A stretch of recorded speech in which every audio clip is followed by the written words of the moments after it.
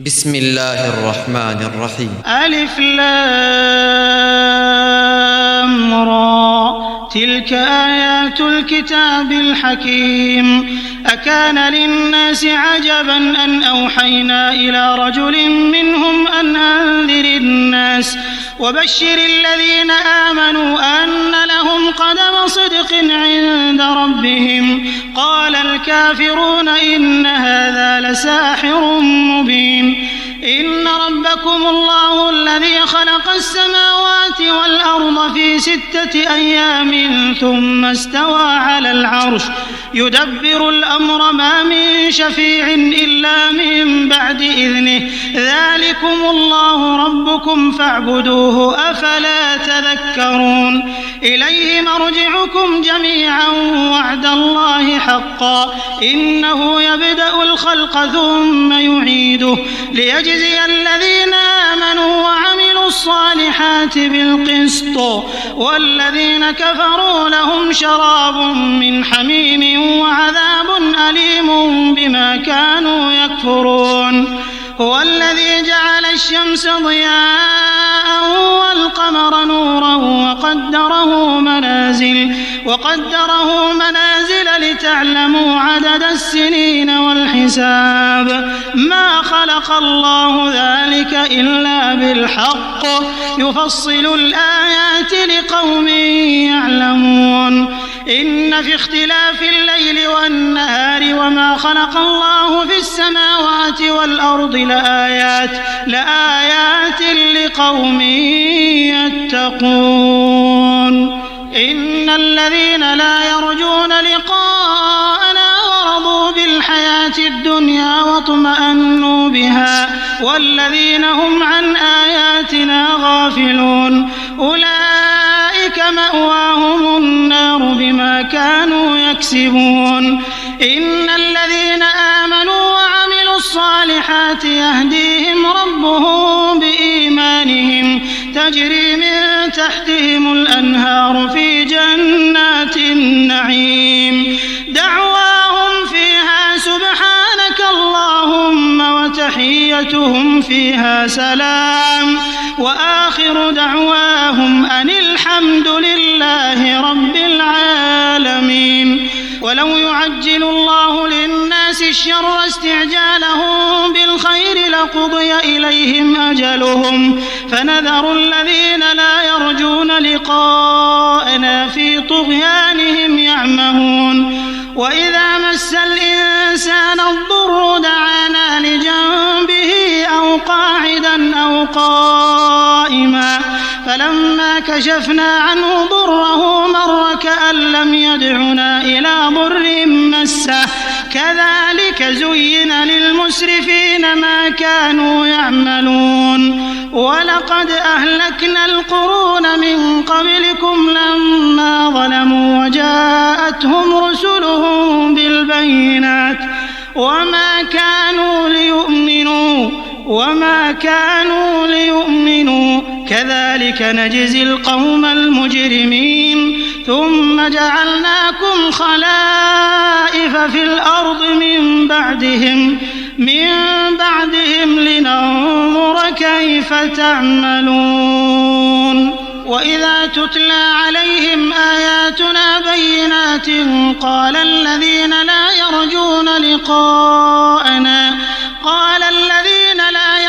لقاءنا ائت بقرآن غير هذا أو بدله قل ما يكون لي أن أبدله من تلقاء نفسي إن أتبع إلا ما يوحى إلي إني أخاف إن عصيت ربي عذاب يوم عظيم. قل لو شاء الله ما تلوته عليكم ولا أدراكم به فقد لبثت فيكم عمرا من قبله أفلا تعقلون. فمن أظلم ممن افترى على الله كذبا أو كذب بآياته إنه لا يفلح المجرمون. ويعبدون من دون الله ما لا يضرهم ولا ينفعهم ويقولون هؤلاء شفعاؤنا عند الله قل أتنبئون الله بما لا يعلم في السماوات ولا في الأرض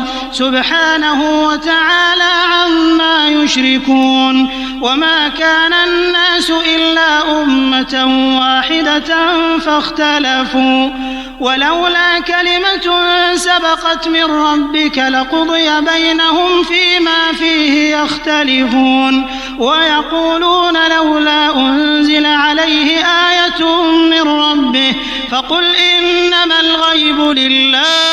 فانتظروا إني معكم من المنتظرين وإذا أذقنا الناس رحمة من بعد ضراء مستهم إذا لهم مكر في آياتنا قل الله أسرع مكرا إن رسلنا يكتبون ما تمكرون هو الذي يسيركم في البر والبحر حتى إذا كنتم في الفلك وجرين بهم بريح طيبة وفرحوا بها جاءتها ريح عاصف وجاءهم الموج من كل مكان وظنوا أنهم أحيط بهم دعوا الله مخلصين له الدين لئن أنجيتنا من هذه لنكونن من الشاكرين فلما أنجاهم إذا هم يبغون في الأرض بغير الحق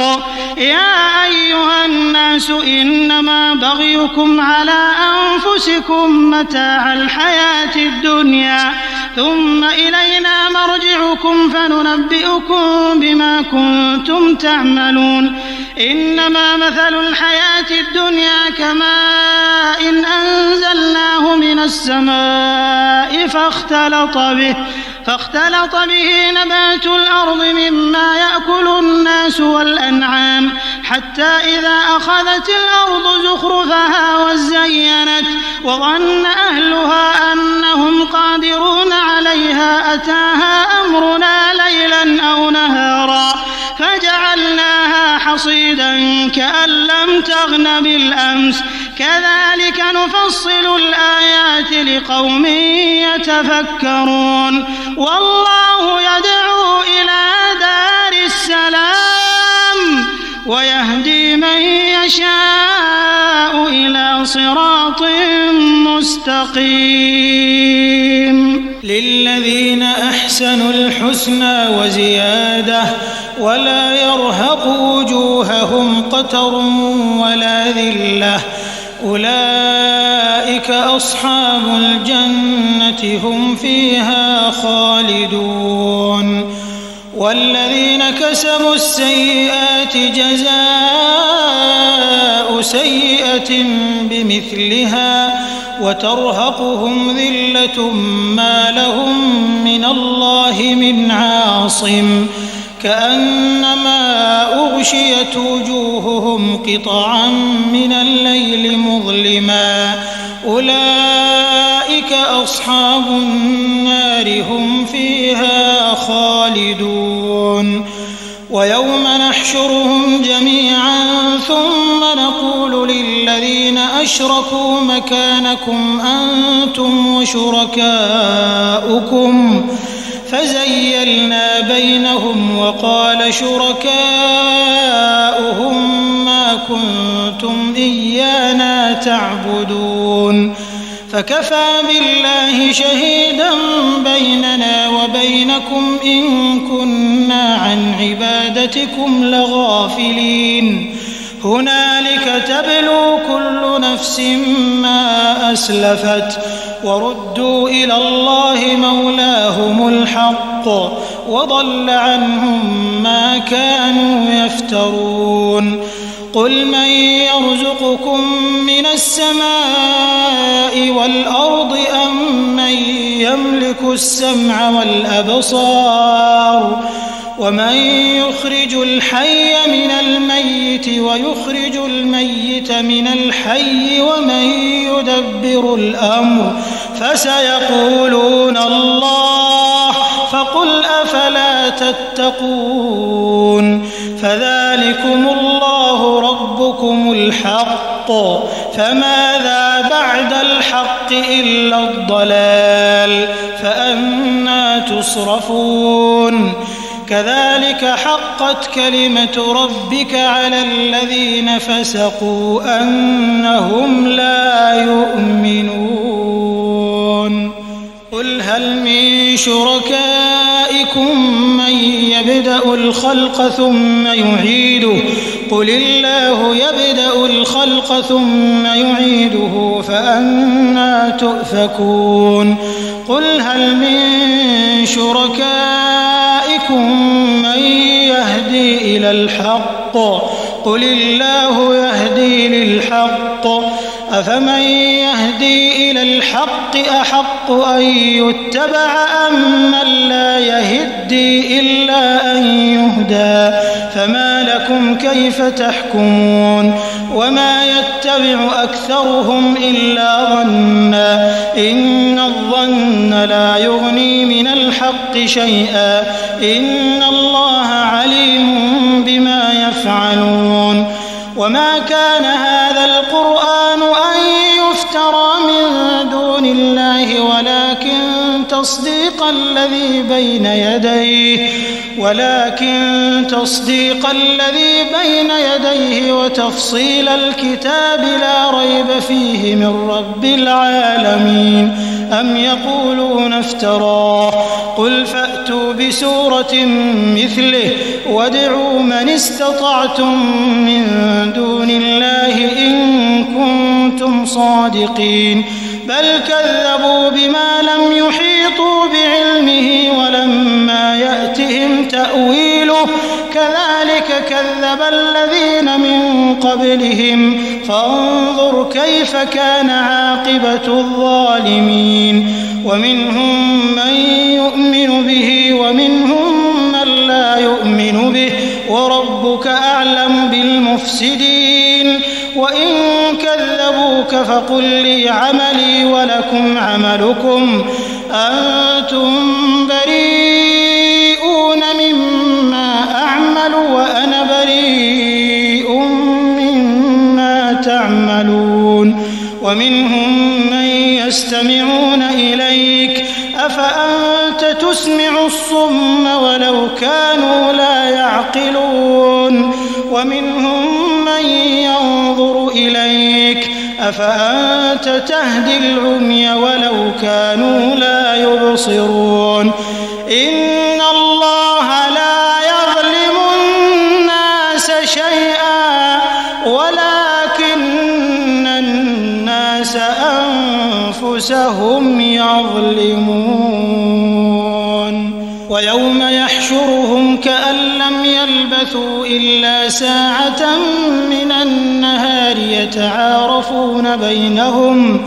قد خسر الذين كذبوا بلقاء الله وما كانوا مهتدين وإما نرينك بعض الذي نعدهم أو نتوفينك فإلينا مرجعهم ثم الله شهيد على ما يفعلون ولكل أمة رسول فإذا جاء رسولهم قضي بينهم بالقسط وهم لا يظلمون ويقولون متى هذا الوعد إن كنتم صادقين قل لا أملك لنفسي ضرا ولا نفعا إلا ما شاء الله لكل أمة أجل إذا جاء أجلهم فلا يستأخرون ساعة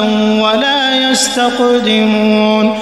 قل أرأيتم إن أتاكم عذابه بياتا أو نهارا ماذا يستعجل منه المجرمون أثم إذا ما وقع آمنتم به الآن وقد كنتم به تستعجلون ثم قيل للذين ظلموا ذوقوا عذاب الخلد هل تجزون إلا بما كنتم تكسبون ويستنبئونك أحق هو قل إي وربي إنه لحق الحق وما أنتم بمعجزين ولو أن لكل نفس ظلمت ما في الأرض لافتدت به وأسروا الندامة لما رأوا العذاب وقضي بينهم بالقسط وهم لا يظلمون ألا إن لله ما في السماوات والأرض ألا إن وعد الله حق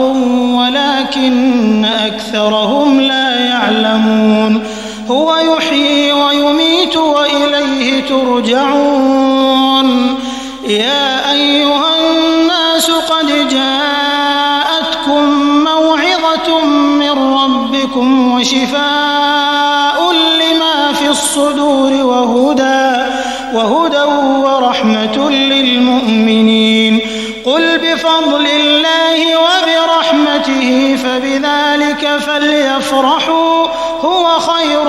مما يجمعون قل أرأيتم ما أنزل الله لكم من رزق فجعلتم منه حراما وحلالا قل الله أذن لكم أم على الله تفترون وما ظن الذين يفترون على الله الكذب يوم القيامة إن الله لذو فضل على الناس ولكن أكثرهم لا يشكرون وما تكون في شأن وما تتلو منه من قرآن ولا تعملون من عمل إلا كنا عليكم شهودا إذ تفيضون فيه وما يعزب عن ربك من مثقال ذرة في الأرض ولا في السماء ولا أصغر من ذلك ولا أكبر إلا في كتاب مبين ألا إن أولياء الله لا خوف عليهم ولا هم يحزنون الذين آمنوا وكانوا يتقون لهم البشرى في الحياة الدنيا وفي الآخرة لا تبديل لكلمات الله ذلك هو الفوز العظيم ولا يحزنك قولهم إن العزة لله جميعا هو السميع العليم ألا إن لله من في السماوات ومن في الأرض وما يتبع الذين يدعون من دون الله شركاء إن يتبعون إلا الظن وإن هم إلا يخرصون هو الذي جعل لكم الليل لتسكنوا فيه والنهار مبصرا إن في ذلك لآيات لقوم يسمعون قالوا اتخذ الله ولدا سبحانه هو الغني له ما في السماوات وما في الأرض إن عندكم من سلطان بهذا أتقولون على الله ما لا تعلمون قل إن الذين يفترون على الله الكذب لا يفلحون متاع في الدنيا ثم إلينا مرجعهم ثم نذيقهم العذاب الشديد بما كانوا يكفرون واتل عليهم نبأ نوح إذ قال لقومه يا قوم إن كان كبر عليكم مقامي وتذكيري بآيات الله فعلى الله توكلت فأجمعوا أمركم وشركاءكم ثم لا يكن أمركم عليكم غمة ثم قضوا إلي ولا تنظرون فإن توليتم فما سألتكم من أجر إن أجري إلا على الله وأمرت أن أكون من المسلمين فكذبوه فنجيناه ومن معه في الفلك وجعلناهم خلائف وأغرقنا الذين كذبوا بآياتنا فانظر كيف كان عاقبة المنذرين ثم بعثنا من بعده رسلا إلى قومهم فجاءوهم بالبينات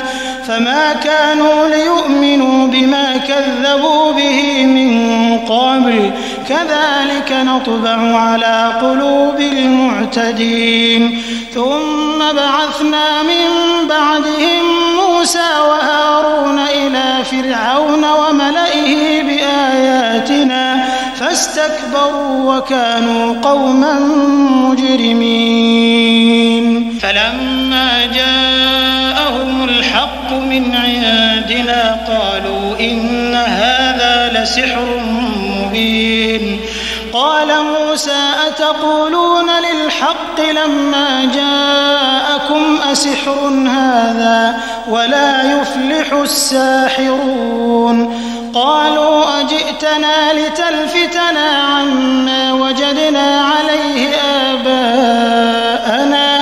وتكون لكما الكبرياء في الأرض وما نحن لكما بمؤمنين وقال فرعون ائتوني بكل ساحر عليم فلما جاء السحرة قال لهم موسى ألقوا ما أنتم ملقون فلما ألقوا قال موسى ما جئتم به السحر إن الله سيبطله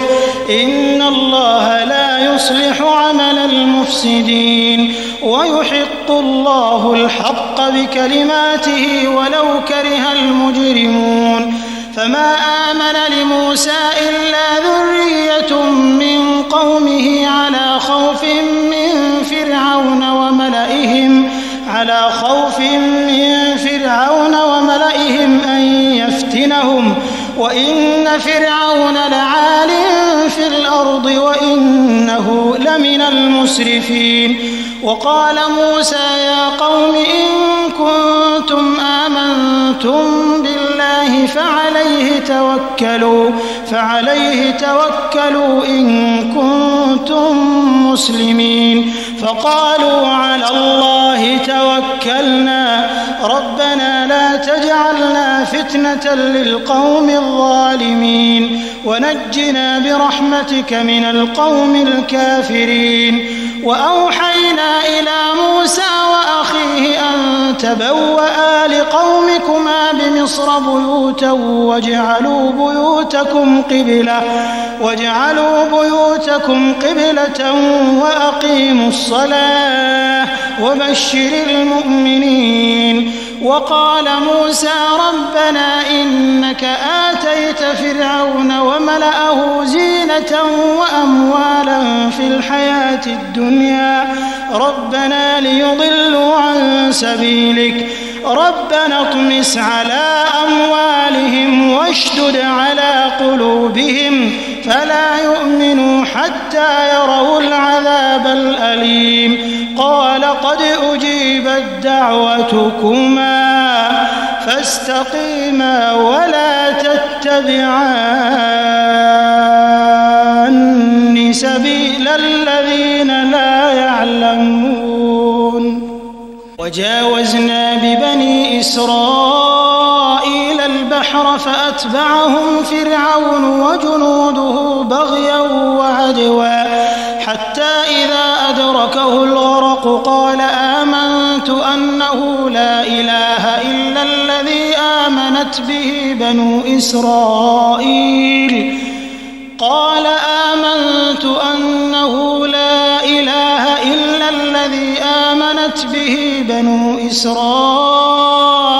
وأنا من المسلمين الآن وقد عصيت قبل وكنت من المفسدين فاليوم ننجيك ببدنك لتكون لمن خلفك آية وإن كثيرا من الناس عن آياتنا لغافلون ولقد بوأنا بني إسرائيل مبوأ صدق ورزقناهم من الطيبات فما اختلفوا حتى جاءهم العلم إن ربك يقضي بينهم يوم القيامة فيما كانوا فيه يختلفون فإن كنت في شك مما أنزلنا إليك فاسأل الذين يقرؤون الكتاب من قبلك لقد جاءك الحق من ربك فلا تكونن من الممترين ولا تكونن من الذين كذبوا بآيات الله فتكون من الخاسرين إن الذين حقت عليهم كلمة ربك لا يؤمنون ولو جاءتهم كل آية حتى يروا العذاب الأليم فلولا كانت قرية آمنت فنفعها إيمانها إلا قوم يونس لما آمنوا كشفنا عنهم عذاب الخزي في الحياة الدنيا ومتعناهم إلى حين ولو شاء ربك لآمن من في الأرض كلهم جميعا أفأنت تكره الناس حتى يكونوا مؤمنين وما كان لنفس أن تؤمن إلا بإذن الله ويجعل الرجس على الذين لا يعقلون قل انظروا ماذا في السماوات والأرض وما تغني الآيات والنذر عن قوم لا يؤمنون فهل ينتظرون إلا مثل أيام الذين خلوا من قبلهم قل فانتظروا إني معكم من المنتظرين ثم ننجي رسلنا والذين آمنوا كذلك حقا علينا ننجي المؤمنين قل يا أيها الناس إن كنتم في شك من ديني فلا أعبد الذين تعبدون من دون الله